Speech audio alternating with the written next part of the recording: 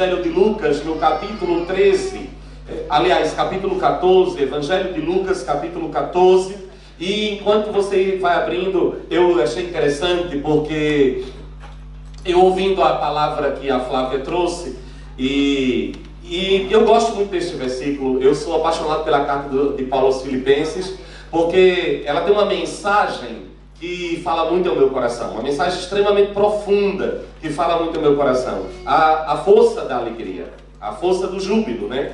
E o contexto no qual Paulo escreve isso, Paulo estava com todos os motivos para não se alegrar. Estava preso, apanhou, estava abandonado, todo mundo virou as costas contra ele. A igreja de Filipe estava abatida pelo que estava acontecendo com o seu apóstolo. E Paulo escreve esta carta, e é chamada Carta da Alegria, e a palavra que ele mais usa ali é regozijai-vos no Senhor. Ele diz regozijai-vos no Senhor. Outra vez eu vos digo, regozijai-vos no Senhor. Quando é que eu consigo me alegrar quando tudo está errado? Quando eu entendo o propósito da minha existência.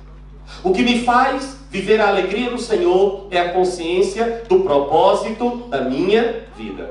Quando eu sei que eu vivo com um propósito e eu descubro o propósito de Deus em cada coisa que eu estou vivendo, eu me alegro a despeito das circunstâncias. Por que Paulo escreve dizendo para a igreja se alegrar? Ele vai dizer o porquê. Ele, não é a minha pregação, ele vai dizer para a igreja, alegrai-vos no Senhor, porque vocês estão tristes porque eu estou preso. Mas eu vou dizer para vocês por que eu estou preso. Paulo disse, porque eu estou preso, a guarda pretoriana está ouvindo o Evangelho. O que era a guarda pretoriana? Era a guarda de elite de César, que guardava só os prisioneiros de alta periculosidade. Ou seja, não existia uma chance daqueles homens ouvirem o Evangelho se não fosse um homem famoso, um homem que era chave, considerado um perigo para o império, ser preso. Quando este homem que era um perigo para o império foi preso, a guarda especial de César foi destacada para guardar este homem. Aí Paulo diz, agora eu sei porque eu estou preso, para pregar para eles. Aí Paulo prega, porque ele fica numa prisão, e ele termina sua vida numa prisão domiciliar, né? Ele está preso numa casa que Roma, depois que ele sai do presídio, Roma aluga uma casa e coloca Paulo ali sob a proteção da guarda, porque ele era um cidadão romano, então ele tinha alguns privilégios, e ele começa a entender o porquê. Ele começa a entender que ele estava ali preso, porque ele precisava pregar para aquelas pessoas. E aí ele escreve para a igreja, não fiquem tristes, alegrai-vos, Deus está cumprindo o propósito dele na minha vida. Aí você começa a se alegrar. Já imaginou quando nós mudarmos a nossa mentalidade? Já imaginou quando nós entendemos que cada um aqui tem um propósito? A sua vida não é fruto de acaso, mas a sua vida é uma vida com propósito. Aí você fica doente, aí você vai no hospital, aí você fica internado no hospital, aí você olha a sua volta e descobre que a enfermeira não conhece Jesus, que o médico não conhece Jesus, que o outro que está na cama do lado não conhece Jesus. Aí você me diz assim, agora eu entendi. Por que eu estou aqui? A Bíblia diz que nós somos o sal da terra. Nós somos a luz do mundo. Aí quando nós vivemos dessa maneira, nós vamos passar a entender por que nós nascemos nessa família, por que nós estamos trabalhando neste lugar, por que nós estamos convivendo com fulano, com cicrano, com beltrano, e aonde nós vamos passando, nós vamos deixando a marca do amor de Jesus Cristo em Nazaré. Até porque, e aí você se alegra, porque esta alegria, ela não tem nada a ver com o que está acontecendo comigo. Tem a ver com a consciência que eu tenho. Porque essa expressão, alegria do Senhor é a nossa força, ela nasce num período de destruição, de reconstrução de destruição. É Esdras que diz isso. A alegria do Senhor é a nossa força. A alegria do Senhor é a nossa força. Mais bonito, a alegria do Senhor é a nossa força.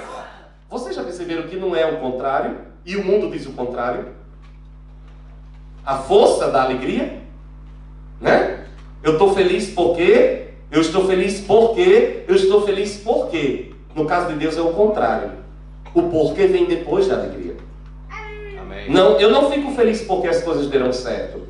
Eu fico feliz primeiro das coisas darem certo. Eu não fico feliz porque as coisas estão indo bem. Eu não me alegro porque aconteceu. Eu me alegro e porque eu me alegrei, eu faço as coisas acontecerem na minha vida. A alegria do Senhor não é consequência. A alegria do Senhor é o que opera. A alegria do Senhor é o que produz. Se você está esperando que Deus faça para você se alegrar, você está andando na contramão de Deus. Você está andando na contramão divina. Você tem que ir a Deus e dizer: alegra o meu coração.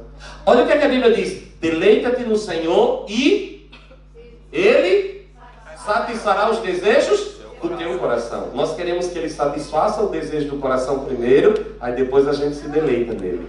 Como Deus é bom. Por quê? Porque Ele fez. Não é?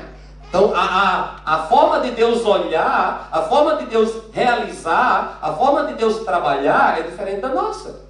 Primeiro eu rendo o meu coração a Ele. Aí você vai entender por que o profeta disse: mesmo que a vide não floresça, mesmo que não haja gado no curral, mesmo que não haja fruto na oliveira, contudo, eu me alegrarei no Senhor. Não depende de nada. Eu me alegrarei no Senhor. E esta alegria produz força. A alegria, eu gosto de traduzir esse texto. Se eu fosse escrever, traduzir a Bíblia, eu tinha traduzido assim: a alegria do Senhor gera força. A alegria do Senhor gera força. Porque se você não se alegrar em Deus por causa de Deus, não precisa se alegrar porque Ele fez alguma coisa. Até porque Ele faz para todo mundo. Para quem o conhece e para quem não o conhece. Ele é bom. E quem é bom é bom. Não é não? Quem é bom é bom. E Deus é bom. E a sua misericórdia dura para sempre. Eu não preciso servir a Deus para Ele ser bom para mim. Ele era bom para mim quando eu não valia nada para Ele. Ele era bom para mim quando eu o odiava. Você sabia que Deus não passou a me amar mais depois que eu me entreguei a Jesus? Você sabia que Deus não me ama mais porque eu vivo só para Ele? Não tem como Deus me amar mais. A Bíblia diz que Deus revela a totalidade do seu amor quando Jesus morreu na cruz. E Ele morreu na cruz quando todos nós éramos pecadores. Deus prova o seu amor para conosco em que Cristo morreu por nós, sendo nós ainda pecadores. Essa é a prova do amor de Deus. Não é aquilo que Ele te dá, não é a casa que você tem, não é o trabalho que você tem, não é a família que você tem, não é a cura que você recebeu. A prova do amor de Deus para com você é a morte de Jesus Cristo na cruz do Calvário pela sua vida. E isso não pode ser alterado. Isso não pode ser mudado. Então eu tenho que ter essa consciência no meu coração. A alegria do Senhor é a minha força. Ela produz força em mim. Ela produz força em mim. Eu não entendo, mas ela produz força em mim. Deus é bom. Amém? Amém. Você pode fechar seus olhos só por um instante, fazer mais uma oração de gratidão a Ele, porque Ele enviou Jesus para morrer por você. Você pode, eu quero te dar um minuto para você fazer isso. Eu vou fazer por mim. Pai, eu quero te agradecer nesta tarde, porque Tu provastes o Teu amor para comigo, não porque Tu me destes alguma coisa humana, mas porque Tu me enviaste Jesus de Nazaré. Obrigado porque Ele veio quando eu não merecia absolutamente nada. Obrigado porque Ele me amou, Ele me perdoou, Ele me libertou naquela cruz. E não há nada que se compare a esta obra do Calvário. E ela é o maior motivo da minha alegria, Senhor. Muito obrigado por Jesus na minha vida. Amém e amém. Amém, queridos? Amém. Você pode dizer um amém bem bonito? Diga amém. Amém. Olha, que eu acho tão bonitinho. Antes de nós irmos para o texto, eu quero só dar um aviso, senão eu vou me esquecer, a respeito da nossa caravana em Israel. Desculpem. É um alerta a respeito da nossa caravana. Qual é o alerta? Irmãos, o ano de 2018, eu já vou logo dizendo para ninguém não me infernizar depois.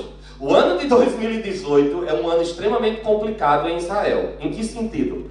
Caso você não saiba, Israel tem um número máximo de pessoas que podem ir para lá. Porque não pode ultrapassar aquele número. Não pode. Não tem como receber. É proibido pelo Ministério de Turismo. Então, é um número máximo. E 2018, Israel faz 70 anos do novo Estado. Ou seja, imagina, todos os judeus estão indo para Israel em 2018. Eu queria ter ido na Páscoa, não tinha vaga. Em lugar nenhum, não tem como, já fechou a Páscoa. As festas, a única que eu consegui foi tabernáculo e já está esgotado. Porque todos os judeus vão subir. Todos. Por causa da profecia de Daniel. Por causa da profecia de Daniel. Aliás, por conta da profecia de Jeremias, que se manifestou em Daniel, de que depois de 70 anos, o povo seria liberto do cativeiro. Então há muitos rabinos que acreditam que depois dos 70 anos do renascimento de Israel, o Messias virá. E aí então está todo mundo subindo para Israel para ver se o Messias vai se revelar, vai entrar em Jerusalém, vai aparecer o Messias. Os judeus está judiada, a judiada está indo tudo. Está tudo judiado para lá. E ao redor do mundo, os profetas de Deus na igreja também sabem que algo sobrenatural está para acontecer em 2018 em Israel. Então todos que têm uma visão de Israel, que têm uma visão de escatologia, que têm algum conhecimento da história de Israel, está subindo a Israel no ano que vem. Todo mundo está subindo e está tudo lotado. Está tudo lotado. Então eu conversando com o pessoal, já esses disseram, olha, nós conseguimos bloquear 30 passagens e 30 vagas de hotel. É isso e acabou. É isso e acabou. E outra coisa, eu vou ter que seguir os prazos à risca. Se chegar o dia que ele disser assim, é o último dia para você me dar, não, porque está todo mundo querendo vaga. Veja, tem gente, como no caso a apóstola Valnice, que é alguém extremamente influente, que leva a gente há mais de não sei quantos mil anos para Israel, acho que só vai conseguir fazer caravana em dezembro, porque não tem mais vaga. Então não está tendo mais lugar para levar ninguém, porque está todo mundo. Israel vai estar absolutamente lotado, os hotéis tudo lotado, porque está todo mundo esperando que algo sobrenatural aconteça. Quem sabe é o arrebatamento, né? Jesus volta e a gente já sobe de lá, já não é só uma reta, a gente sobe de lá, quando desce para lá, ao menos trabalha o Senhor. Eu já dei a ideia para ele, mestre, leva a gente de lá, porque já não tem que buscar em Londres, tá, né? Não trabalha em Londres, outro no Brasil, leva a gente daqui, já é uma reta só, a gente sobe daqui, desce de lá, não tem que fazer curva nenhuma, qualquer anjo leva a gente, o caminho já é conhecido. Então eu estou dando essa ideia para ele, tomara que ele receba a minha ideia. Então assim, só para você entender que quando eu disser irmãos, não tem mais jeito, é porque não tem mais jeito. Então corra e faça a sua inscrição, garanta a sua vaga, porque senão, I feel sorry, eu estarei lá. Se eu pudesse, eu ia em todas as festas do ano que vem, que vai ter uma delas, viu? Né? Então, eu creio que algo sobrenatural está para acontecer e meu coração está numa santa expectativa com relação a este ano em Israel. 70 anos, irmãos, 70 anos. Jeremias disse que depois de 70 anos, Deus libertaria o seu povo do cativeiro. E o maior cativeiro que Israel vive não é humano, não é político, não é físico, é espiritual. E o único que pode libertar Israel do seu cativeiro chama-se Jesus Cristo de Nazaré, o Messias. E eu creio que ele virá. Os olhos de Israel serão abertos. E Paulo disse que quando a plenitude dos gentios entrasse, Deus se voltaria para a casa de Israel. No mínimo, um tempo de início de um grande avivamento estará começando no próximo ano. Eu creio nisso em nome de Jesus Cristo. Ontem nós tivemos um culto maravilhoso em Londres. E uma irmã da Finlândia estava com seu esposo, pastor Roberto, a sua esposa é finlandesa, e ela estava pregando, ela trouxe uma palavra, até coloquei a palavra dela no Facebook, foi algo assim tremendo, que mulher de autoridade, a presença de Deus. E ela, antes, o marido que ia pregar, mas ela disse, eu preciso dar uma palavra, que Deus me deu uma visão, e eu preciso falar. Ela disse, Deus está fazendo algo na Europa, e vocês são peças-chave nisso que Deus está fazendo. E ela disse, eu tenho um recado a esta igreja, não se acostume com o que Deus está fazendo. Vocês têm recebido algo que para vocês já virou uma rotina, mas ela disse, eu viajo por tudo quanto é lugar na Europa, o que Deus está fazendo neste lugar não tem precedentes, é algo muito especial, é algo muito precioso. Ela disse, eu vejo um céu de bronze sobre Londres, mas aqui neste lugar onde vocês estão reunidos, há uma abertura nos céus, e eu vejo a glória de Deus descendo sobre vocês, e Deus mandou dizer para vocês, não se acostumem com o que Ele está fazendo, corram com isso que Ele está dando, porque Ele tem mais e mais para a vida de vocês. Amém, irmãos? Às vezes nós recebemos o que Deus está nos dando e nós nos acostumamos com aquilo que Deus está nos dando. E nós achamos que isso é rotineiro, e não é. E o perigo de nós nos acostumarmos com o que Deus está fazendo é que de repente nós começamos a desprezar aquilo. Vocês, não sei se na terra de vocês tinha uma expressão que diz assim, tempero bom é fome. Não é? Quando você tem fome, você agarra qualquer comida e é deliciosa. Mas quando você tem de muito, aí fica, né? Criança em casa quer isso, né? A mãe coloca a comida, ai, não quero carne. Vai morar no sertão, comer calango, que tu vai ver uma beira de carne como faz a festa. Quando você começa a não ter, aquele pouquinho que chega, você valoriza. Porque aí quando você vai tendo muito, aí você se acostuma, né? Você acha que é normal. Você acha que é normal. Aí quando você se depara com aquele que não tem, você se choca, né?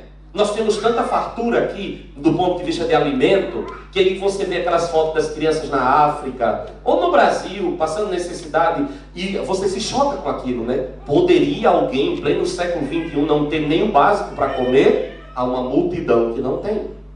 E queridos, é a mesma coisa com relação ao que Deus está nos dando. O Senhor está nos instruindo na sua palavra. O Senhor está nos ensinando. Posso ouvir um amém na igreja? Amém. E nós não podemos desperdiçar isso. E uma das formas de nós desperdiçarmos é achar que isso é normal, que isso é corriqueiro. Cuidado, pode chegar um dia que você vai procurar e não vai ter. E aí você vai dizer, ah, que saudade daquele tempo, né? Ah, que saudade de quando o banquete era farto. O banquete da palavra. Que Deus nos livre de cairmos nesse engano. Que Deus nos livre de entrarmos no fastio espiritual e acharmos que tudo é normal quando não é. Porque Deus tem um banquete para nós. Deus tem nos dado um banquete. E eu quero falar uma coisa para vocês nesta tarde. O banquete da graça de Deus é para todos os homens. O banquete do Senhor é para todos. O banquete da lei, até de Moisés até João Batista, havia um banquete em Israel. O banquete da lei era um banquete, mas ele era muito restrito. Apenas alguns poderiam sentar à mesa de Abraão, de Isaac e de Jacó. Apenas alguns poderiam sentar à mesa do rei Davi. Apenas alguns podiam desfrutar da presença de Deus no seu santo templo. Apenas alguns tinham acesso à glória do Senhor. Mas aí Jesus veio, aleluia. E quando Ele veio, Ele escancarou as portas. E o banquete da graça é para todos os homens. Aleluia. Isso é maravilhoso, senão nós não estaríamos aqui. Nós não estaríamos aqui. Nós somos da segunda leva. Nós somos daqueles que não tinham acesso, mas que hoje têm acesso à presença do Deus Todo-Poderoso. Nós somos aqueles que não eram, e hoje nós somos. Nós somos aqueles que não participavam da aliança. Estávamos estranhos, alheios, de fora a todas as promessas de Deus. Pois todas as promessas de Deus na antiga aliança diziam respeito a Israel. Unicamente a Israel. Nenhum profeta no Antigo Testamento profetizou acerca de gentio. Nenhum.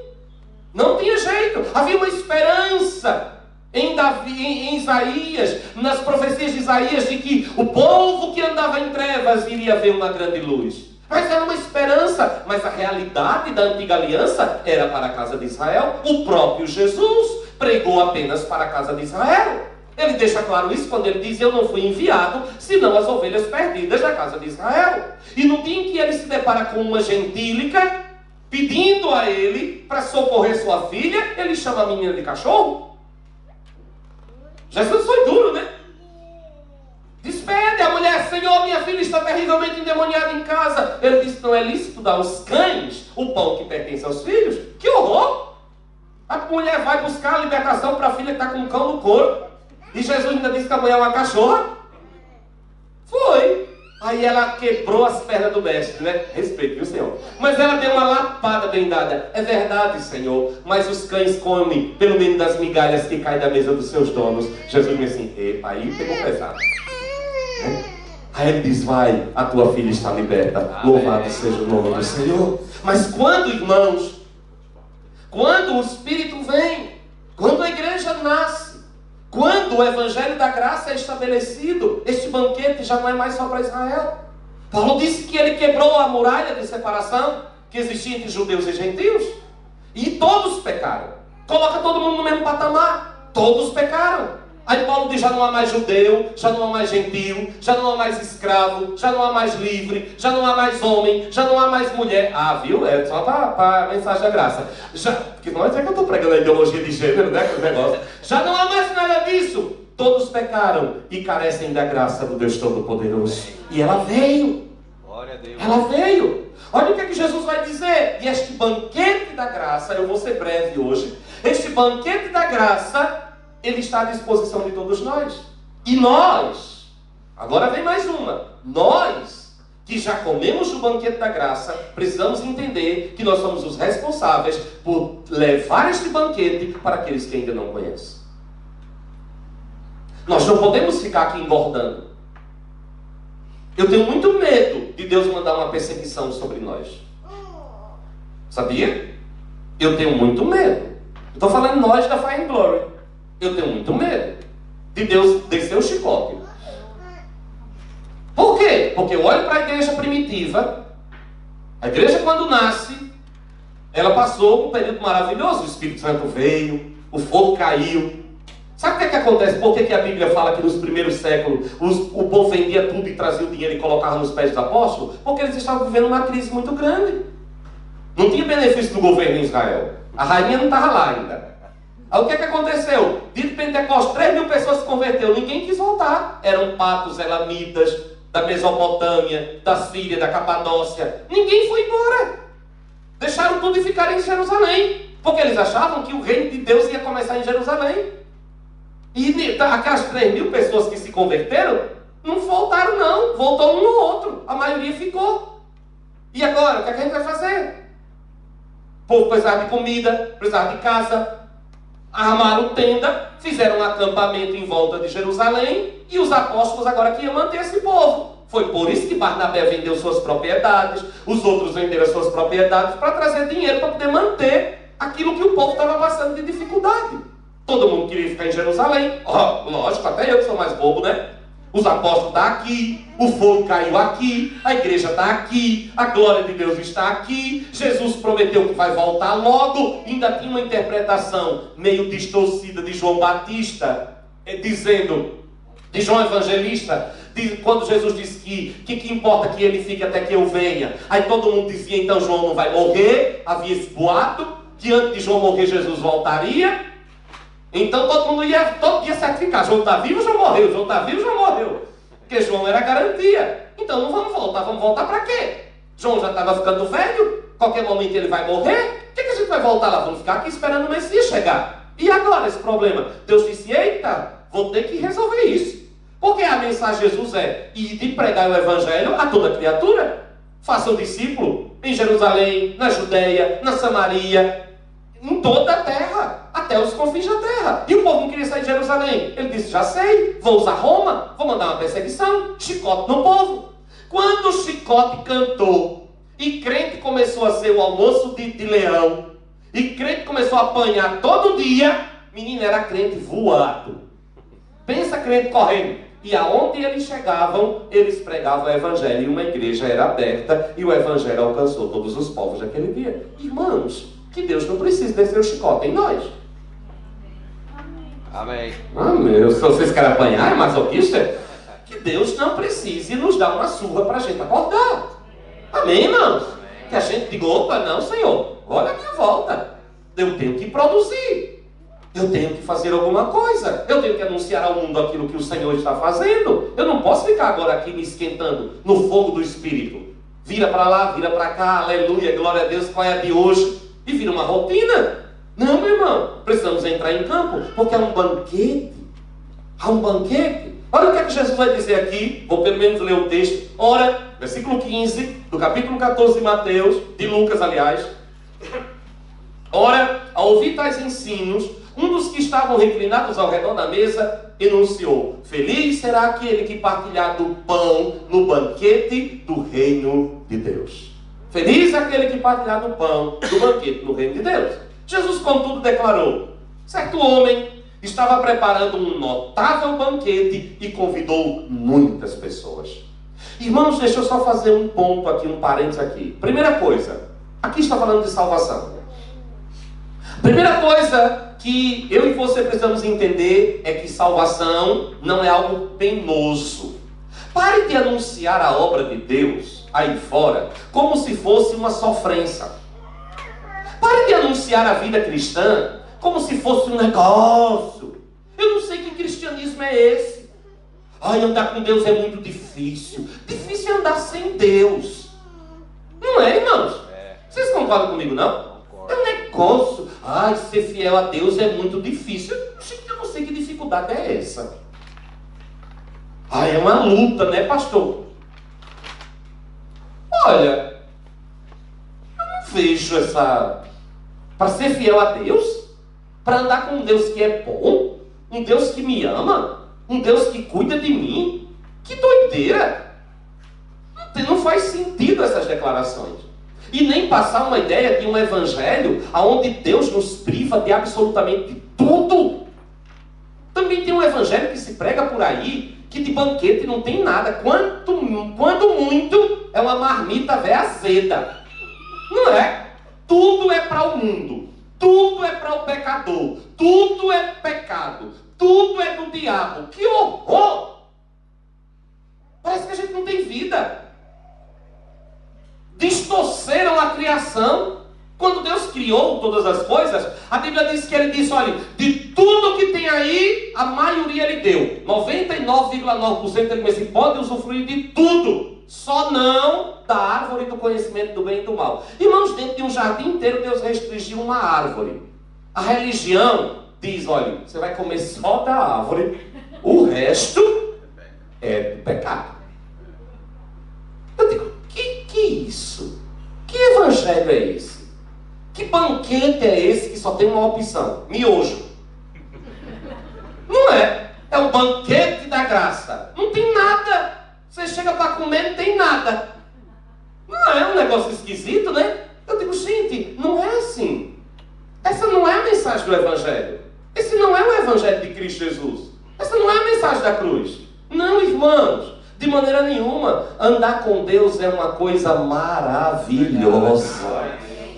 Maravilhosa. E eu não estou falando só deste andar com Deus que nos leva à igreja, ao culto, a falar em línguas. Não, eu estou falando da vida cotidiana. Ter uma vida de lazer com Deus é maravilhoso. Não é? Sair, passear, viajar, comer fora, ir num cinema, ir num teatro, ir num bom restaurante. Alguém pagar para você ainda é mais maravilha. Tem esse negócio de irmão, né? Não, irmão, deixa que eu vou te abençoar. Isso é bom que só bexiga, né? Não é desse negócio, né? Tudo isso é bom, gente. Tudo isso é maravilhoso. Não é, não. Ver um bom filme é muito bom.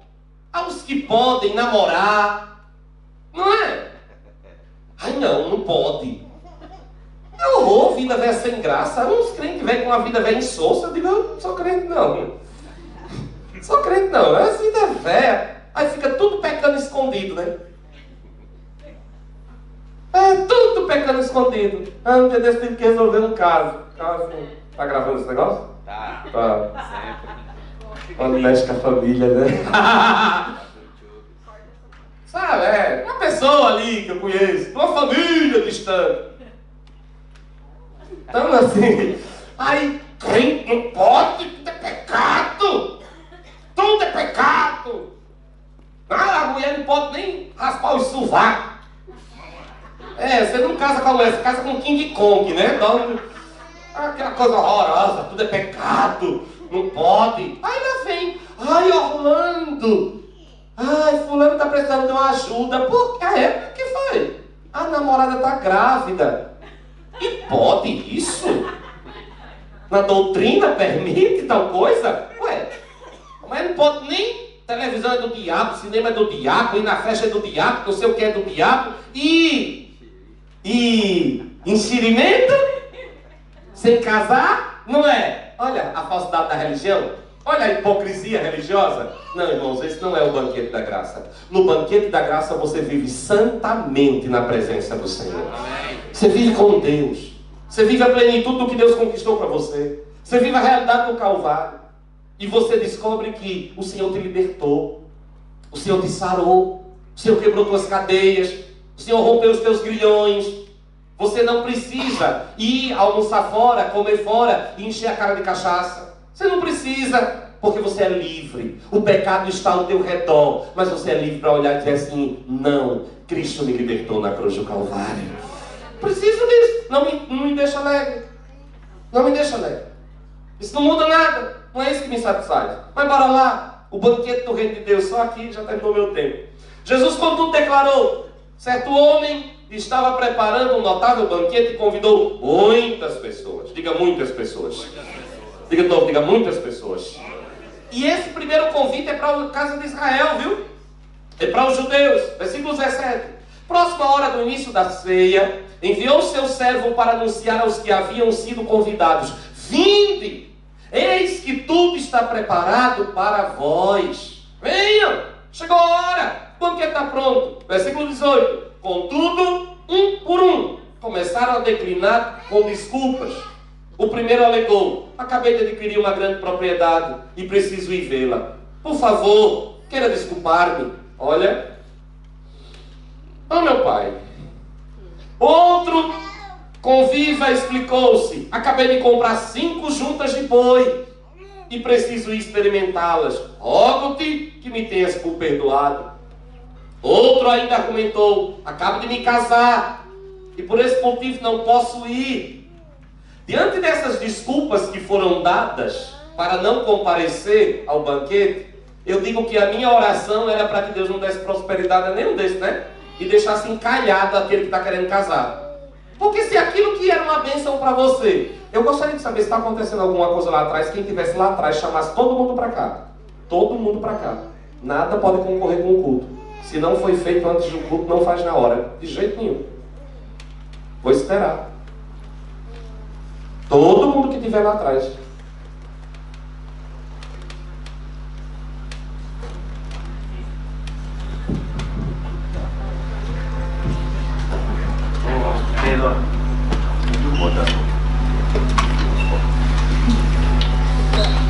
Todo mundo. Quem mais está lá atrás? O culto é aqui.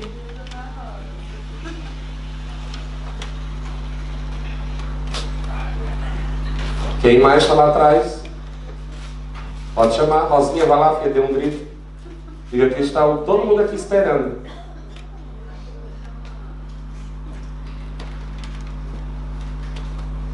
Imagina. Esqueceram do pastor Orlando. Fui formado num tempo em que, quando eu chegava na igreja, se estivesse lendo a Bíblia, eu tinha que ficar parado na porta esperando terminar a leitura. Reverência. Culto. Igreja não é clube.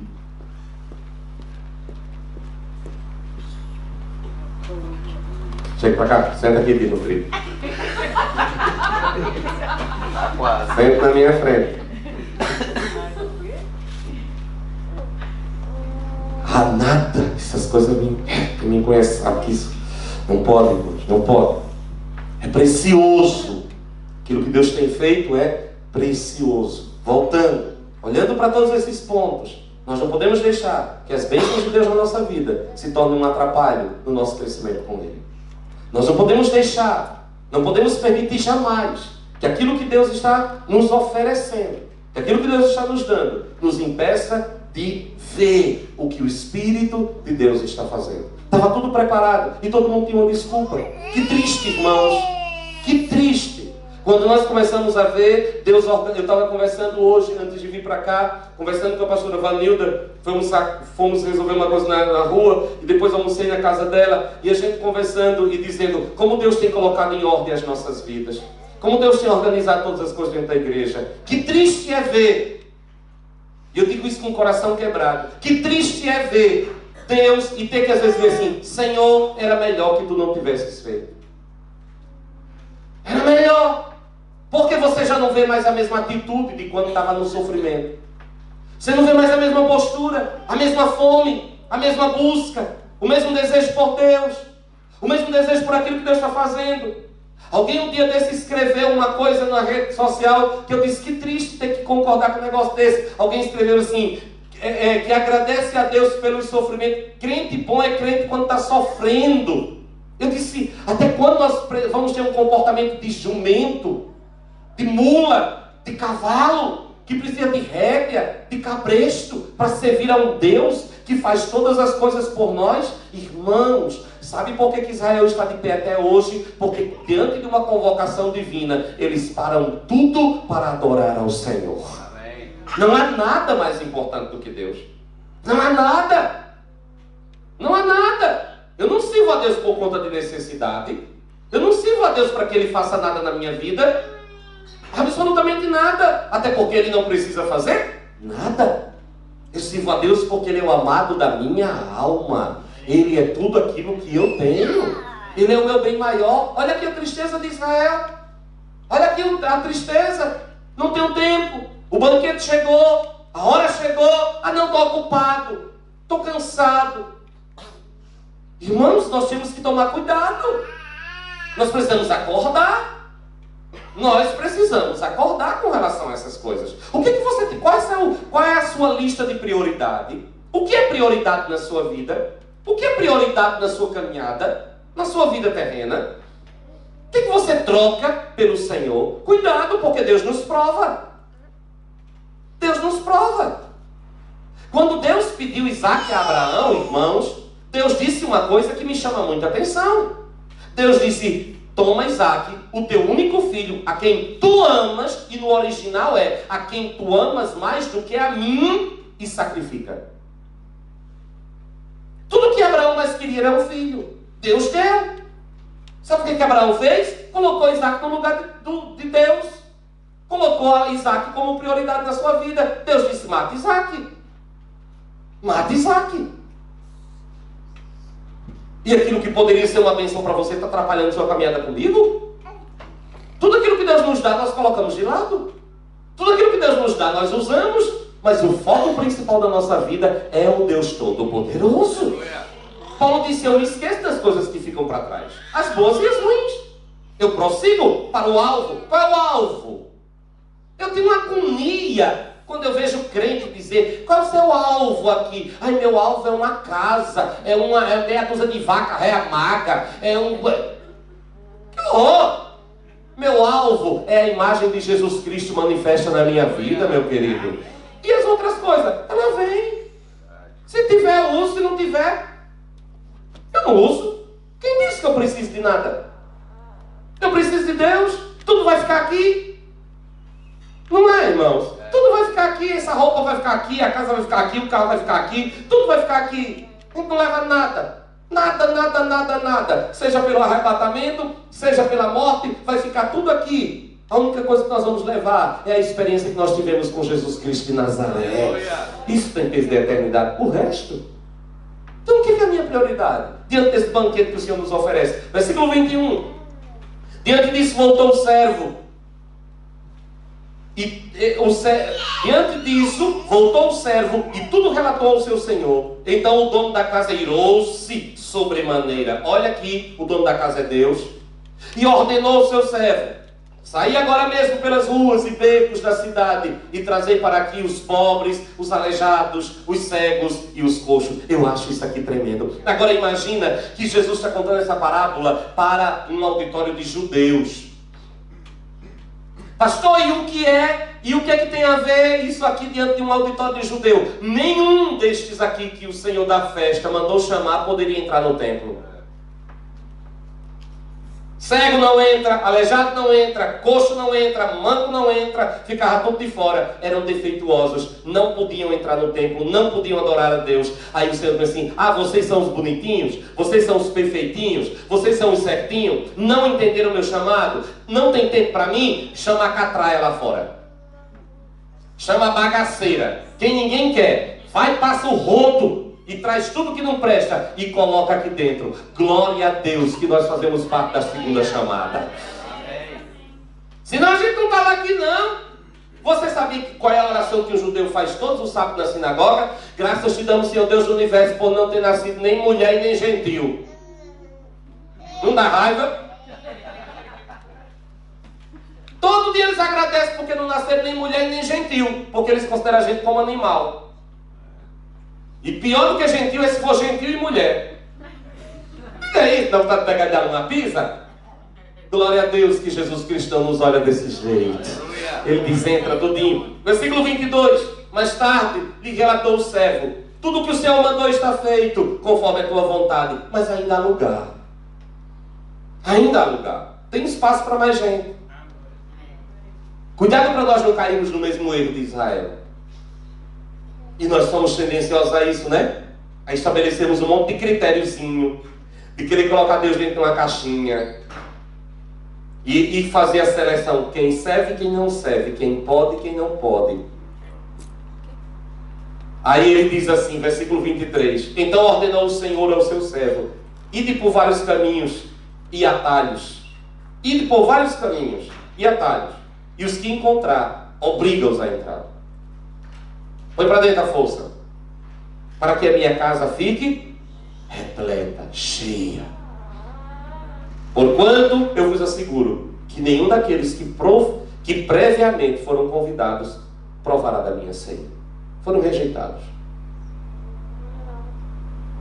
Eu gosto de uma outra versão que diz assim: encham a casa. Em Mateus 22, aliás, é Mateus 22 que vai contar esse relato. Aí ele vai dizer assim: encham a casa. E coloca aqui bons e maus. Gente boa e gente ruim. Gente de boa qualidade é aqueles que não valem nada. Botem tudo para dentro. Aí a gente entra na festa e quer encontrar só os bonzinhos, né? E eu já descobri uma coisa: aqueles que andam em busca dos bonzinhos, dos arrumadinhos, fazem parte dos aleijados, dos cegos e dos ruins. O que é que você está buscando dentro deste banquete da graça? Justiça própria? Força do braço? Perfeição? Não é esse povo que o Senhor mandou chamar. O Senhor mandou chamar aqueles que ninguém queria. O Senhor mandou chamar aqueles que estavam excluídos da sociedade por seu tempo. O Senhor estava... Imagina que aquele povo vivia numa sociedade onde tudo acontecia no templo. O comércio era no templo. Os negócios se faziam no templo. Aí você elitiza o templo e tem um grupo que você diz não pode passar da primeira porta dos átrios. Ficavam no máximo na porta. Onde é que Pedro e João curaram aquele homem aleijado? Na porta formosa. Não podia entrar. Bartimeu estava no meio do caminho. Os leprosos ficavam fora dos muros da cidade e quando iam chegando perto da cidade para pegar comida que o povo deixava na porta da cidade para eles, tinha que vir batendo uma matraca e gritando: imundo, imundo, imundo, que era para o povo se afastar. Jesus disse: eu preparei um banquete para estes que ninguém quer. Glória a Deus. Aí ele chega para mim, para você, e diz: e você que vai lá fora convidá-los para entrar, vá buscá-los. Amém. Vá trazê-los. Nos nossos dias, ele vai dizer: vá aos prostíbulos, pegue as prostitutas, os travestis, os bandidos, os ladrões, os adúlteros, os bêbados, bote tudo para dentro. E agora, Senhor, o que é que vai se fazer? A minha obrigação é anunciar que a porta do banquete está aberta. Quem preparou o banquete não foram aqueles enviados para anunciar. Preste muita atenção a isso. Não tente fazer na vida das pessoas a obra que não compete a você. A Bíblia diz, começa dizendo: um pai, um certo homem preparou um banquete notável. Este certo homem não sou eu e não é você. Quem preparou o banquete onde tem cura, onde tem restauração, onde tem transformação, onde tem salvação, onde tem libertação, não fui eu. Eu sou apenas um menino de recado do Deus Todo-Poderoso, dizendo para esta ralé que está aí fora que tem um lugar preparado pelo Senhor para eles na casa do Senhor. Amém. Eu não vou fazer mais nada do que isso. Não é minha função. Não é minha obrigação. Alguém chega e me diz assim: pastor, fulano, olha fulano. Eu digo: estou olhando. E aí? Você não sabe como ele é? Sei. Mas meio é trouxa, tem isso, está errado nisso, está errado naquilo. Eu sei. E o senhor não vai fazer nada? Eu digo: gente, eu tenho um pozinho mágico, que muda a gente. Se eu tivesse, eu usava em mim. Não, irmãos. Põe para dentro. Chama.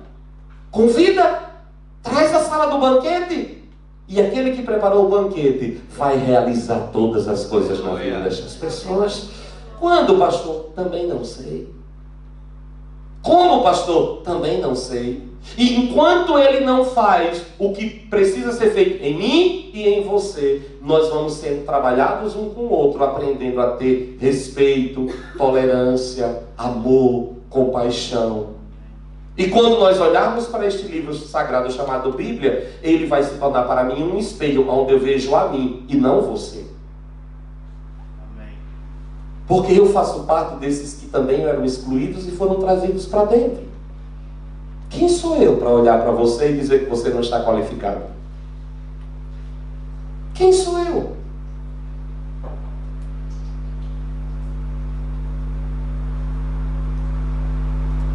Às vezes as pessoas me perguntam, um dia desse, numa aula, alguém perguntou assim: pastor, por que o Senhor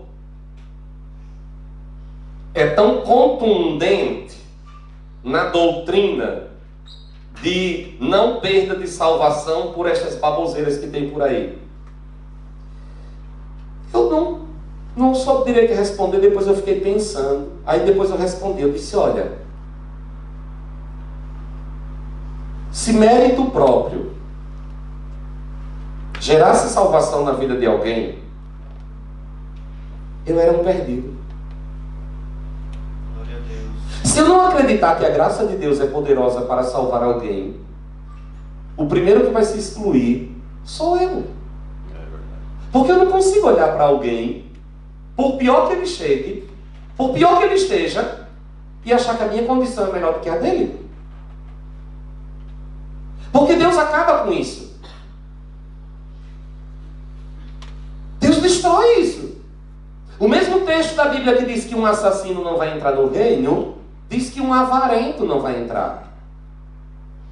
Se nós tomamos aquele texto como salvação, nós vamos dizer que do jeito que o assassino não entra, uma pessoa mão de vaca, murrinha, goiano, não entra. Já pensou quem é que vai entrar? Um mentiroso.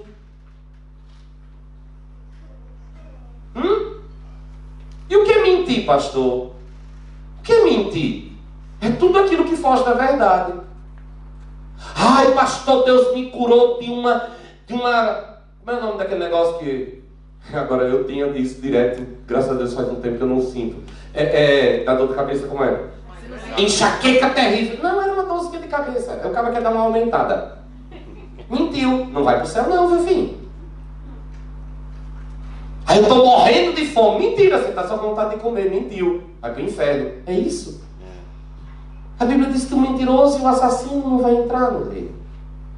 E aí, você vai se arriscar a dizer que salvação é por aquilo que você faz? Salvação é resultado de mérito próprio? Não, irmãos. Eu creio que toda a obra de Deus na nossa vida é resultado da graça salvadora de Jesus Cristo. Aí eu me assento com o pior pecador do mundo e eu é que me sinto mais pecador do que ele. Neste banquete da graça, não tem lugar para apontar o dedo a ninguém. Amém. No banquete da graça eu não vejo ninguém, eu vejo a mim. No banquete da graça eu descubro que o aleijado sou eu, o coxo sou eu, o manco sou eu, o leproso sou eu. Aquele que estava de fora e foi chamado para dentro, sou eu. E quando eu encontro alguém que está na mesma condição na qual eu me encontrava, eu digo para ele: pode vir, tem um lugar para você. Aí ele diz: e como é que você sabe? Porque tinha um lugar para mim e eu estava na mesma condição de você. Este é o banquete da graça. Aí nós queremos pregar um evangelho que foge totalmente disso. Nós queremos anunciar um evangelho que não tem nada a ver com isso. Feche seus olhos. Curve a sua cabeça. Olhe para o Senhor. Quais as desculpas? O que é que você tem colocado diante de você que tem te impedido de viver esta realidade? Que tem te impedido de viver esta grandeza? Que tem te impedido de viver nesta plenitude que o Senhor tem te chamado? O que é que você tem colocado em você que tem te impedido de ir lá fora e dizer para os pecadores perdidos: há um lugar para você, há um lugar que Deus preparou para você? Porque quando eles olharem para você e dizer: eu não me acho digno, você vai poder dizer: eu também não me achava, mas Ele me acolheu, Ele me amou, Ele me perdoou, e a minha condição não era melhor do que a sua. Eu estava perdido como você, mas Ele me encontrou. Não fui eu que encontrei Jesus, foi Jesus que me encontrou, pois o perdido na história era eu, não era ele. Pai, nós te pedimos nesta tarde que o Teu Espírito se mova a partir desta palavra no coração de cada um de nós, e que nós possamos, ao sair deste culto nesta tarde, sair debaixo de uma consciência, de uma convicção profunda de que nós não fomos chamados para atrapalhar a entrada no banquete da graça, Nós não fomos chamados para dificultar esta entrada, mas nós somos chamados para sermos facilitadores do caminho que dá acesso à Tua presença. Ajuda-nos, ó Deus, a sermos cooperadores do Teu Espírito. Ajuda-nos, ó Deus, a sermos auxiliares do Teu Espírito na proclamação do Evangelho, a proclamar ao mundo que o Pai preparou um banquete para todos aqueles que outrora foram excluídos, mas que hoje são convidados de honra do Deus Todo-Poderoso. Livra-nos, ó Deus, da religião que qualifica pessoas, que classifica pessoas. Livra-nos, ó Deus, desta mente maldita que nos faz olhar para os outros como se nós fôssemos melhores do que eles. Que nós nunca nos esqueçamos do lugar de onde Tu nos tiraste e da obra que Tu estás fazendo na nossa vida e do trabalho que nós damos a Ti, Senhor. E de que esta obra ainda não está plena, ainda não está completa, porque enquanto nós caminhamos contigo, Tu vais trabalhando no nosso caráter. Ajuda-nos a ser anunciadores desta verdade, para que o mundo creia que Jesus Cristo é quem Ele disse que é, o Salvador da nossa geração. Para a glória do Teu nome, em nome de Jesus. Amém, amém e amém. Dê um aplauso ao Senhor.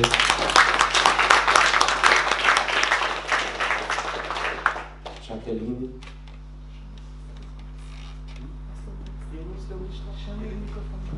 Que dele? Luiz?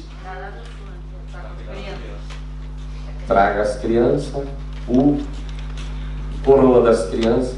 Essa semana foi aniversário do pastor Luiz, na terça-feira.